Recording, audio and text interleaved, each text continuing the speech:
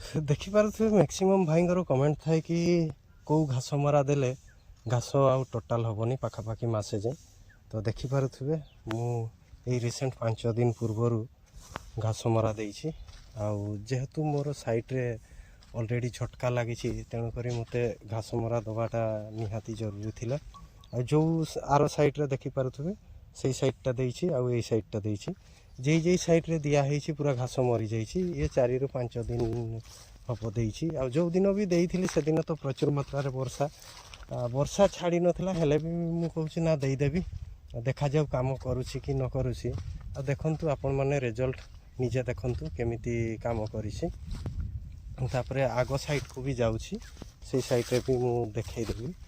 ଏଇ ସାଇଟ୍ଟା ବୋଧେ ଏତେ ଭଲ ମାତ୍ରାରେ ଭିଜି ନଥିଲା, ଏଇଠି ବହୁତ ମାତ୍ରାରେ ଘାସ ଥିଲା। ତ ଇଏ ବି ତ ଶୁଖିଯାଇଛି।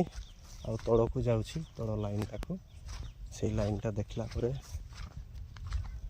ଜାଣିପାରିବେ ଯେ କାମ କରୁଛି କି ନାହିଁ। ଏଇଟା ଦେଖନ୍ତୁ, ଏଇ ସାଇଟ୍ଟା, ଏଇଟା ଦେଖନ୍ତୁ, ଇଏ ପୁରା ଏତିକି ଘାସ ଥିଲା ସବୁକୁ ମାରି ଦେଇଛି। ଆଉ ଯେଉଁ ସାଇଟ୍ରେ ଛୋଟ ଘାସ ଥିଲା ସେ ସାଇଟ୍ଟା ପୁରା ଜବରଦସ୍ତ ମରିଛି।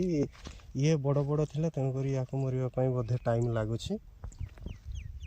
ଆଉ ଦେଖିପାରୁଥିବେ ଏଇଠି ବି ଦେଖନ୍ତୁ ଦେଇଛି କେମିତି ଘାସକୁ ମାରିଛି, ମାନେ ତା'ର କିଛି ଅବସ୍ଥା ହିଁ ନାହିଁ। ଏଇ ସାଇଟ୍ଟା ବେଶୀ ଘାସ ଯେଉଁ ଜାଗାରେ ଅଛି ସେଇ ଜାଗାଟା ଟିକେ କମ୍ ମାତ୍ରାରେ ମରିଛି। ତ ଇଏ ବି 4-5 ଦିନ ହେଇଛି ବୋଧେ। ଆଉ 2-4 ଦିନ ପରେ ଜଣାପଡ଼ିବ କେତେ ମରିବ କି କେତେ ମରିବନି। ତ ଯାହା ବି ହଉ ମୋଟାମୋଟି ସାଟିସ୍ଫିକେସନ୍। ଆଉ ଆପଣ ଭାବୁଥିବେ ଯେ ଖାଲି ଘାସ ମରାଟା ଦେଖାଉଛି, ମେଡ଼ିସିନଟା କହୁନି। ତ ମେଡ଼ିସିନଟା ହେଉଛି ସେଫେକ୍ସ କମ୍ପାନୀର ମ୍ୟାଜିକ୍ 71, ଯେଉଁଟାକି ମୁଁ ଦେଇଦେବି ଆପଣଙ୍କୁ ସେ ଇଏରେ ଭିଡ଼ିଓରେ ପ୍ରଥମରୁ ଦେବି। ଆଉ ସେଇଟା ଆପଣ ସେଫେକ୍ସ କମ୍ପାନୀର ପକାନ୍ତୁ, ଭଲ କାମ କରୁଛି। ଗୋଟେ ପାଉଚ୍ 100 ଟଙ୍କା ନେଉଛି। ଅଲଗା କମ୍ପାନୀର ବି ମୁଁ ଥରେ ପକାଇଥିଲି, ତ ଏତେ ସାଟିସ୍ଫିକେସନ୍ ମିଳିନଥିଲା। ସେଇଟା ଲୁଣ ଦେଇକି ଦିଆହେଉଥିଲା, ଏଇଥିରେ କିଛି ଦିଆହେଉନି।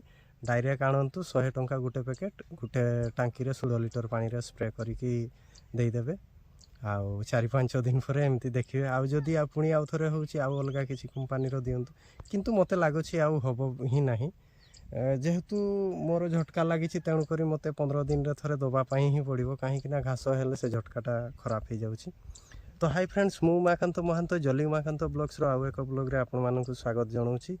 ଆଉ ଇଏ ତ ଆପଣ ଦେଖିଲେ ରେଜଲ୍ଟ କେମିତି ହେଇଛି, ଏମିତି ଆପଣମାନେ ମଧ୍ୟ ଦେଇପାରିବେ। କିନ୍ତୁ ଏତିକି ଦେଖିବେ, ଯେଉଁଠୁ ମୁଁ ଆଣିଲେ ସେଫେକ୍ସ କମ୍ପାନୀର ମ୍ୟାଜିକ୍ 71, ସେ ମୋତେ କହିଲେ ଯେ ଯଦି ଦେଲା ପରେ ତା'ର ପାଣି ଗଡ଼ି ବି ଯାଉଛି, ବର୍ଷା ଯେତେବେଳେ ଆପଣ ଘାସ ମରାଟା ସ୍ପ୍ରେ କରୁଛନ୍ତି, ତାପରେ ବର୍ଷା ହେଉଛି, ଯେ ସାଇଟ୍କୁ ପାଣିଟା ଗଡ଼ିଯିବ ସେ ସାଇଟ୍ର ବି ପୋଡ଼ିଦେବ। ତ ଦେଖନ୍ତୁ ଖରା ଟାଇମ୍ରେ ଦେବା ପାଇଁ ଚେଷ୍ଟା କରିବେ, କାହିଁକିନା ପ୍ରୋବ୍ଲେମ୍ ହେଇପାରେ। ଆଉ ଯଦି ଆପଣ ବାଇଗଣ ଗଛ ମଝିରେ କିଛି ସ୍ପ୍ରେ କରିବା ପାଇଁ ଚାହୁଁଛନ୍ତି, ତେବେ ମୁଁ କହିବି ଯେ ଟିକେ ହାଲକା ମେଡ଼ିସିନ ଘାସ ମରା ସ୍ପ୍ରେ କରନ୍ତୁ, ଯାହାକି ଗଛକୁ ଏତେ ନଷ୍ଟ ନ କରୁ। ନହେଲେ ବାଇଗଣ ଗଛ କି ଅଲଗା ଗଛ କେତେ କଷ୍ଟରେ କରିଥିବେ, ଗୋଟେ ଗଛ 20 ଟଙ୍କା ପଡ଼ୁଛି।